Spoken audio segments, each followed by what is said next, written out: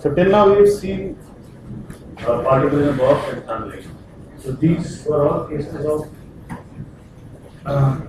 quantization in one dimension, of course, but they were all quantization of the translational motion, right? And the molecules, since we are dealing with chemistry, these molecules can exhibit translational, vibrational, and rotational motion. So today I'll start with the vibrational part and quickly remind you of the classical oscillator.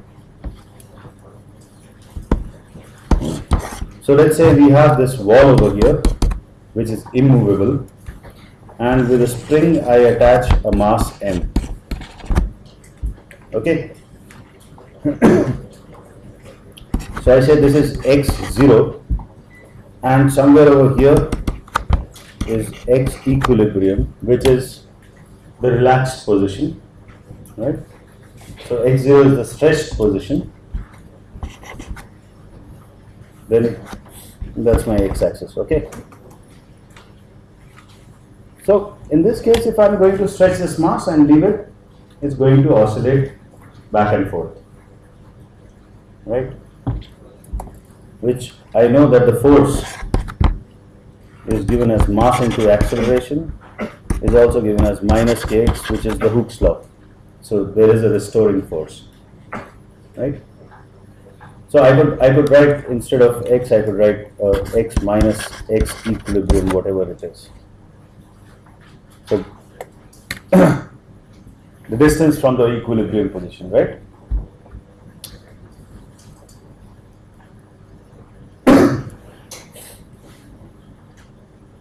And if I see these two, mass into acceleration, so that is mass into dx by dt, sorry, d square x by dt square is equal to minus k x, where, okay, I have just written that x minus equilibrium is x. Okay, so I say x equilibrium, take this position to be 0 on the x-axis. So just avoiding all that, and then I can take this k by m, remove this equal to sign, put a plus sign, is equal to 0, right? This is a wave equation that you've already solved, right? A double derivative plus constant thing times the function itself is equal to 0, and we all know the solution, so I just quickly write down the solutions of this. X at time t is equal to a sine omega t plus b cos omega t, where omega happens to be root k by m square root, okay? And I can also write this in a more compact notation like c sine, we've seen this already, omega t plus phi, right? And then I can put my initial conditions. At time t is equal to 0, my x is equal to x naught, right? I have stretched it. So at time t is equal to 0, let's say I stretch it to the final position, whatever the amplitude is. X at t equals 0 is equal to x naught, okay? And initially when I release, the velocity of this mass is 0, and then the velocity increases, comes to a maximum at the equilibrium position, and then decreases, and then it comes back. So velocity at 0 is 0. So if I want velocity, I just do a dx by dt, right, which gives me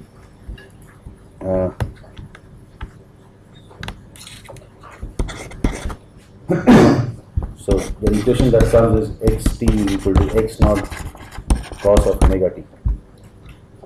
Now, so I define my initial conditions and I get this equation. So it's going sinusoidally, right? It's oscillating. So if I'm going to worry about quantum mechanics, I need to worry about the energy, the total energy. So part of it is the kinetic energy, which is equal to half mv square, right? Which I can write as half m of dx by dt the whole square, which comes out to be half m, and I differentiate this function. So omega square, omega times omega, and then the square of the function x naught cos square omega t, 2 times. Thanks. Sine square omega t, right?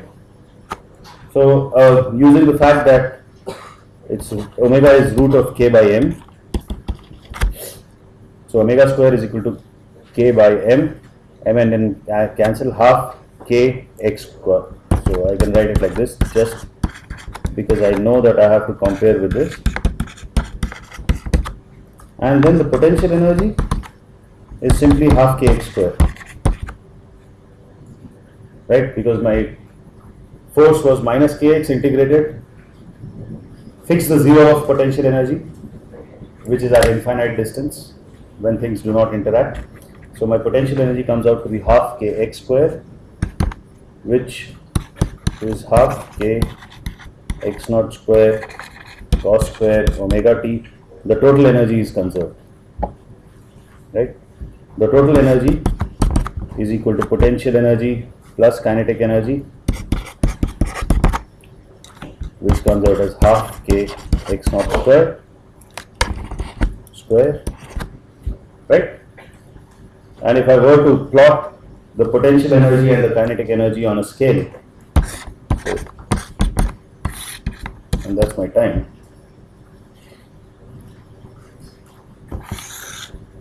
I draw another parallel line.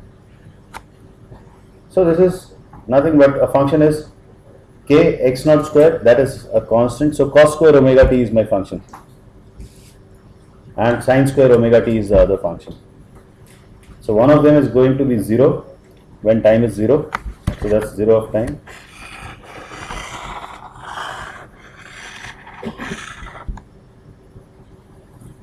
And the other one is going to be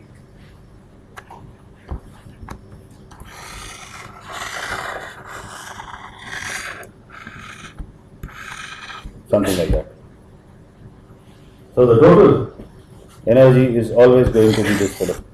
It distributes itself between kinetic and potential. Okay, these are things that I'm sure you all know.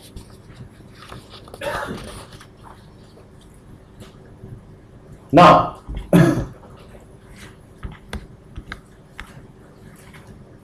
if I look at an atomic bond, molecular bond, then I see that that particular bond is rather described by this kind of a curve. You've seen this curve, I hope, at some point of time. So where this is my potential energy, and that's my distance, r maybe, or x, whatever. Okay. So the distance is between the two atoms A and B, let's say. And if they are far apart, there is absolutely no interaction between them, so the potential energy is 0. And then they come close by, there's some sort of attraction, and then when they come very close, their nuclei start to overlap, then you find there's a lot more repulsion. Okay. In fact, even the Pauli exclusion principle does not allow two particles to be at the same position. Right? So the two nuclei cannot overlap. They are violating the Pauli principle. So actually the repulsion term that comes is because of quantum mechanics. It's not a classical term. And that's why it's a r to the power 12 term, 1 by r to the power 12.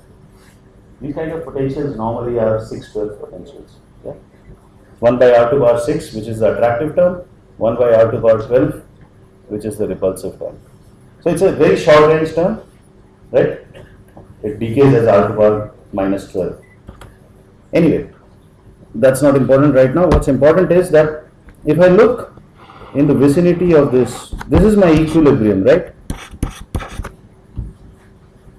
Normally my bond, if there's a bond between atom A and atom B, then the bond length would be this particular bond length, right?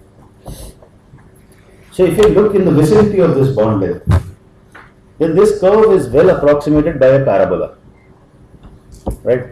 And the equation of a parabola is nothing but half kx square. Okay. So I could approximate my potential with this parabola to a first order, right? If I need to make corrections, I'll have to use further terms, but to the first order I can very easily approximate it. And we know that when bonds vibrate, they don't vibrate like this, yeah? They vibrate like, very little. So for describing my bonds, my ground state and my first excited state, this should be a good model. So instead of putting xe, I'll put xe equals 0 so that my equations become easier. So I'll rather move my coordinate and put it something like that. So the 0 of potential energy is still over there. Okay, that's the 0 of potential energy, and now my equilibrium distance is at 0.